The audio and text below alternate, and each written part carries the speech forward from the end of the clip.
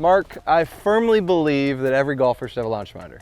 You've said success leaves clues, and every tour pro has one on the range. So what are they doing?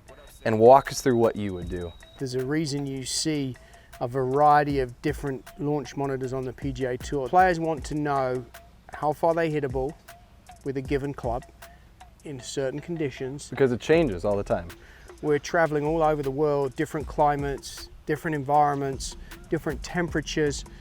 So the elements are always changing, but knowing in a warm-up or in practice how far a ball is going and what the conditions are doing to that is really, really important. So that's why people are using them. And I tell everyone, like, there's some real simple things that you got to remember when using a launch monitor.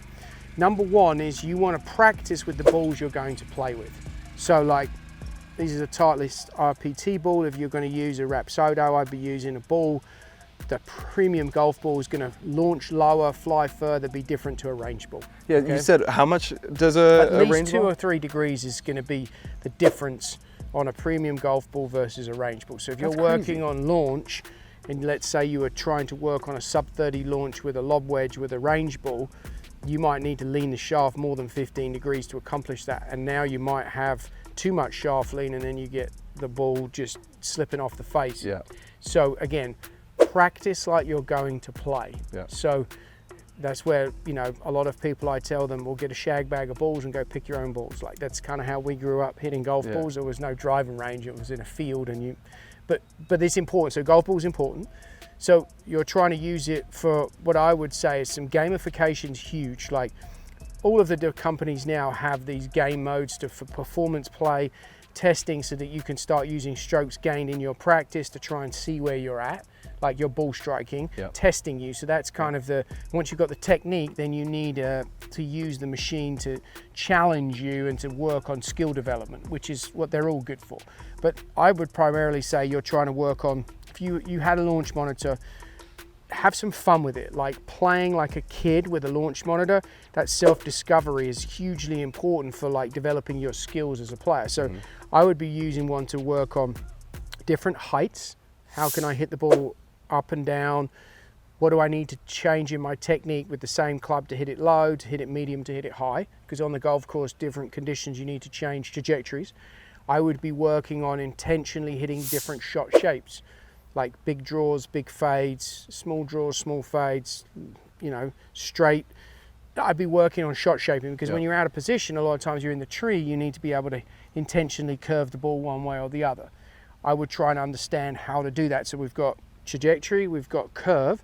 Obviously, distance control is massive. So how far can you hit an average of 10 balls with a 7-iron with, let's say, an effort that you know you can use every time? So it's probably somewhere around 70 to 80%. And then what's the average of how far the ball goes?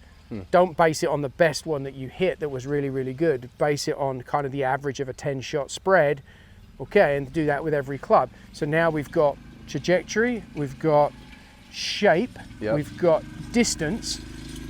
If you've got an RPT ball with a Rapsodo MLM2 Pro, you can measure spin.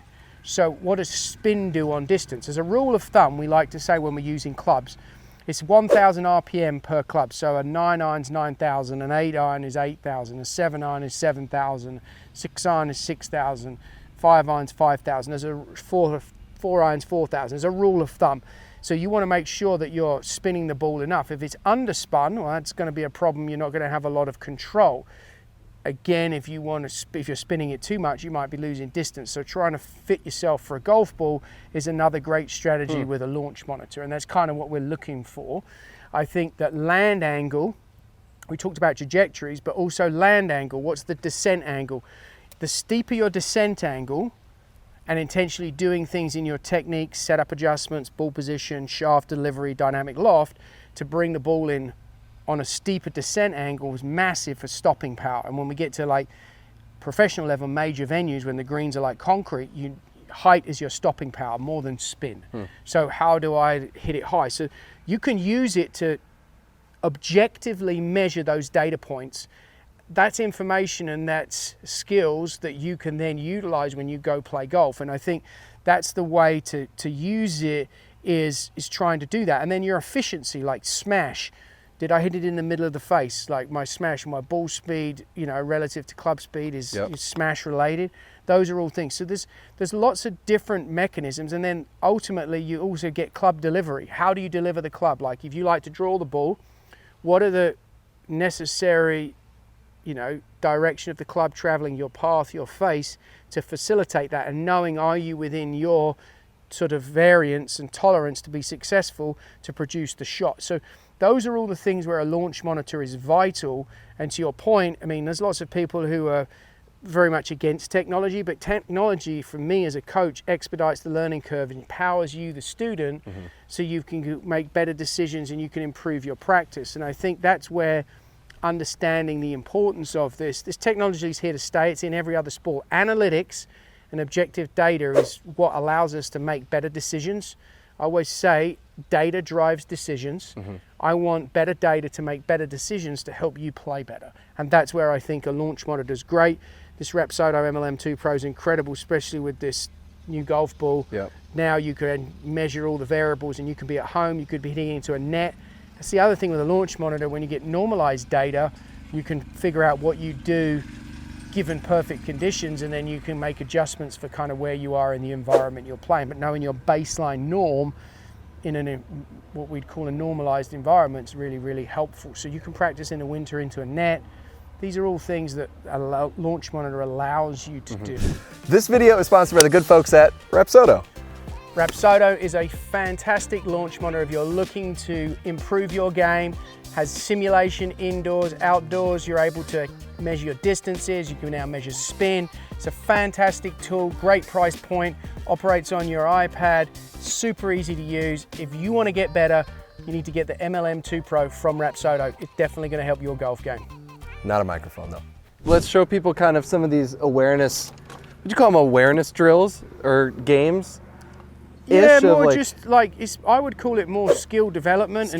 Creating your feel from it, and then associating some benchmarking to the feel, right? Like, so if you're trying to hit, let's say, what are you going to do here? I'm going to a stock 7-iron. Let's start there. So hit a stock 7-iron. Nice hit that one a little heavy. You've been listening to me pontificating. Let's do a couple more. We got a little stiff there. Let's go again, 136 carry. That is nice. I like that. You hit the big ball before the little ball, remember that. There you go. There you go. It sounded more like golf. Pretty good there. That's a 7-iron, 185 carry. Obviously it's warm right now. The ball's going a long way. That's pretty good. Club head speed, 97, that's high. So it means you've got some speed there with this club. That would be good. So now you'd want to hit 10 shots and see what the average of that is. Now, is that the best possible 7-iron you've hit, and then you're living more in the mid 170s, then obviously you wouldn't play for, oh, I've got 185, it's a 7-iron, right? And again, knowing what your minimal and maximal is with a club is also important on where the pin is on the green, if it's a front pin, a back pin, or a middle pin, as to whether you're going to take the shorter club or the longer club, where are you erring. These are all decisions that go into that micro decision making when you're playing the game. But when you're in this self-discovery, playful mode in practice, that allows you to learn that.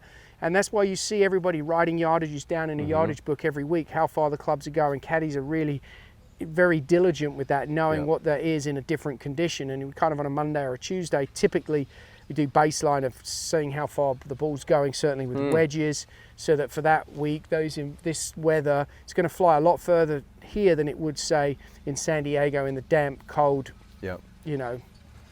Well, let's talk about something that I might look at as a launch angle, descent angle, 15 and 46.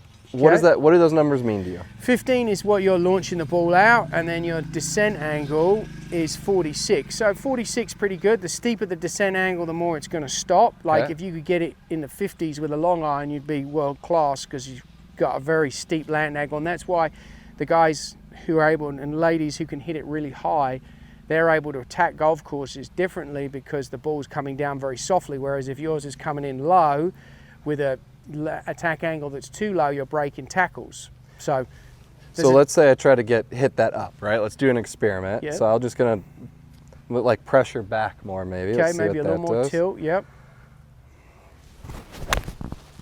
Okay, so you definitely hit it higher. Nice Yeah. strike. Let's see, same carry, 185. So Yep, that's good. similar kind of shot. But you got 4 degrees steeper land angle, so you now got 50 versus the 46. So that ball's coming in with a steeper land angle, so it's going to stop sooner. Now, different end of the bag with a driver, you'd want something that's sub land angle 40 degrees because we want it to have, on a fast fairway, we want the ball to run out. So again, it's having this variety of skills in the bag, and you want to be able to adjust, and you did a great thing there. You adjusted your setup and your intent to create a different outcome, and that's what golf is. Golf is shot making, and that's where these devices are so clever, because it's knowing what adjustments do I need to make to actually affect change. The ability to do that on the fly when you play golf is important. And when we're looking behind from a video camera of a player on a Sunday afternoon, whether it's an LPGA or PGA Tour, we don't see the nuances, adjustments that they make in their setup. We just see different ball behavior. And I think most people make the mistake of thinking that the swing never changes. These micro adjustments do change to make the ball behave differently. They're not noticeable to the untrained eye, but the trained eye, you can see these nuances. You can practice that with a launch monitor. That's why it's so important. That self-discovery is the best teacher of all, but you need a tool to be able to give you feedback so that you can understand, oh, what did I do? That's then when you journal and make your notes, you start talking about, okay, well, to hit this shot, I do this. So essentially you want to have that shot making, that's a skill.